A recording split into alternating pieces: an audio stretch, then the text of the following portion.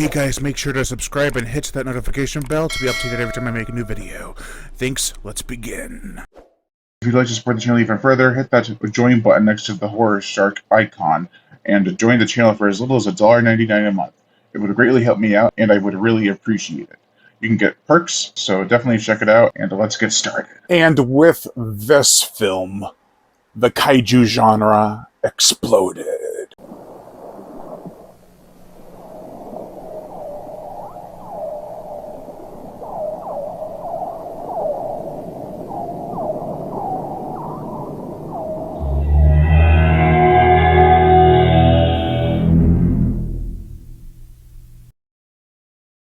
Godzilla.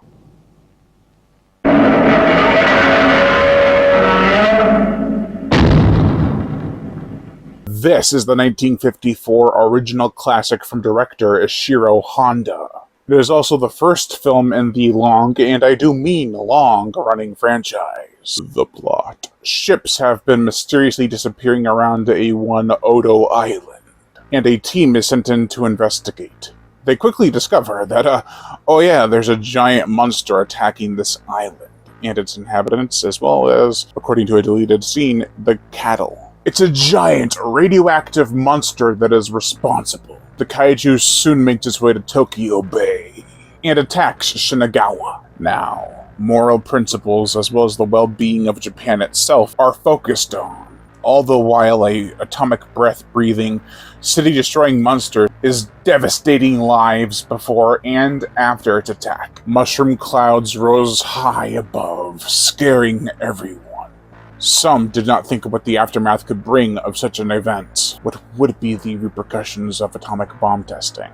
Takeo Moruta realized this and came up with the idea that it would eventually become Godzilla, or Gojira. What if a giant monster emerged from the sea, attacked islands and cities, and was indestructible? It is impervious to weapons, but science has a lot of methods, and only one seems like it might work. The characters' acting and presentation are what drive this story and make it work. Everyone does a believable job.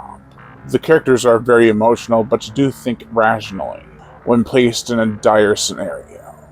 Dr.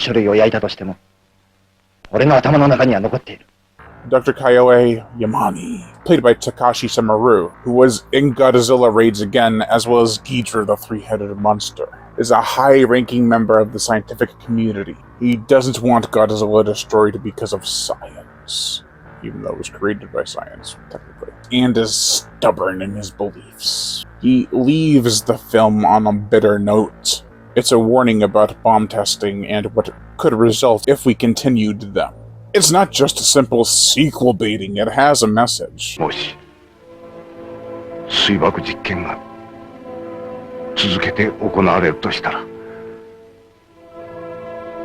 Hideo Ogata, played by Akira Takarada, who also was in Mothra vs. Godzilla Ebra Horror of the Deep, Godzilla and Mothra Battle for Earth, as well as Godzilla Final Wars. Wants Godzilla destroyed, but is afraid to tell the professor because he is in love with his daughter. Emiko, played by Momoka Kochi, who was also in Godzilla vs. Destroyer, is there for support. It all does become a bit much for her in several scenes, though, which leads to her breaking point. Her big, teary eyes could reach right into your soul as she watches the horror and secrets unfold.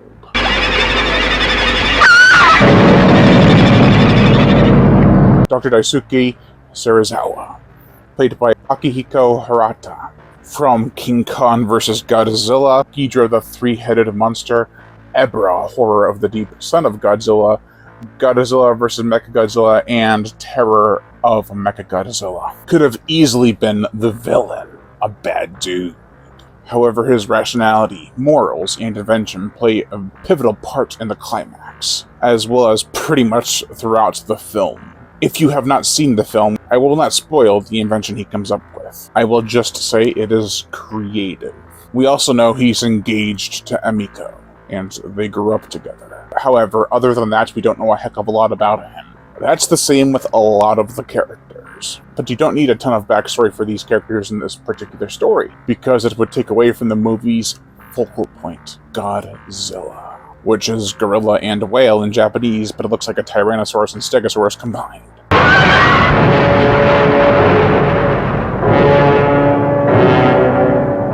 He is played by suit actor pioneer Ryosaku Takasugi. These names, man. Hey guys, brief edit right here. I just realized that I gave an uncredited actor who played Godzilla more credit than the actual people who played him the most. The actors that played Godzilla the most were Katsumi Tezuka, Haru Nakajima, and Hiro Suzuki. My apologies. His head was around the neck area, so seeing was practically impossible. His efforts are what really counted, and he did as best he could to bring Godzilla to life. The whole time he's attacking the city, it's shot from lower angles to give the illusion that this creature is huge, massive, and is just destroying the city. Also, the black and white cinematography really helps to add to the atmosphere. It's dark, eerie, and just plain scary. You look into the ocean as Godzilla makes his way on land, and you wonder what else could be lurking out there.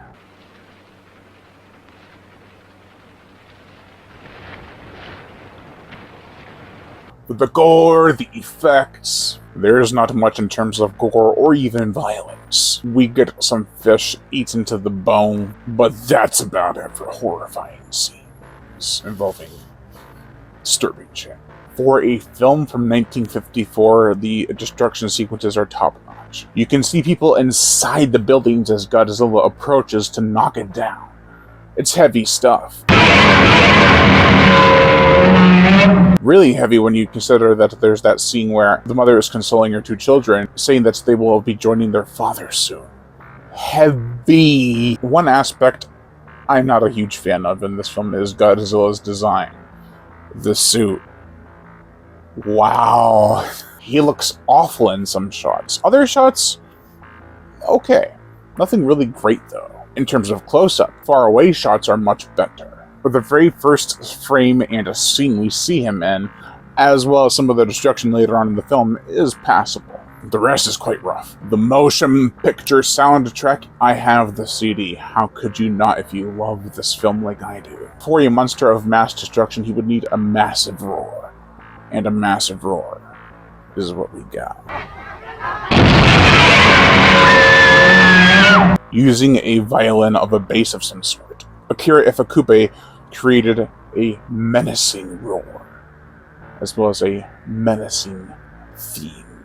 Haunting music all around. The music in this film is so powerful. Some scenes will have you tense with fear, while others will tug at your heartstrings. It is ingenious musicianship indeed. Way ahead of its time.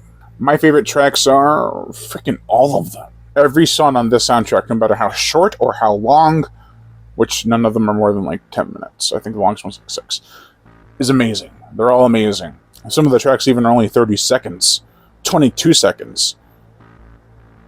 They just hit you. Whether it be a creepy sting or a heartfelt, emotionally wrecking portion of the soundtrack. Overall, this is a dark, depressing drama, kaiju action horror, that has classic material written all over it. As a package, it's got very little wrong with it, but if you really want to dig into it, some flaws do become quite apparent, like the Godzilla suit, as well as some of the character motivations and desires, like the love triangle. The package is great. When I unwrap it, I see a bad monster suit, some pointless characters like the main kid from the island who is staying with the family. He's always amongst them, but it serves no purpose. As we have it, I see a masterpiece. If it was made 10 years later, I could see the effects being better, but I don't think the message would have been as potent. It definitely wouldn't have had the same impact. So you have to take it for what it is. A near masterpiece of the disaster subgenre, with a couple forgivable flaws. The 1956 Americanized version, it's okay. I mean, Raymond Burr does the best he can with what he has. The editing's rough, but it's still enjoyable, which Godzilla from 1954 should be anything but. That's going to do it for this video, guys. And I've been your host, Brian Gatto. Make sure to like, comment on, as well as share this video. Also, Like my Facebook fan page and support me on Patreon. Also hit that notification bell to be notified every time I make a new video. And as always,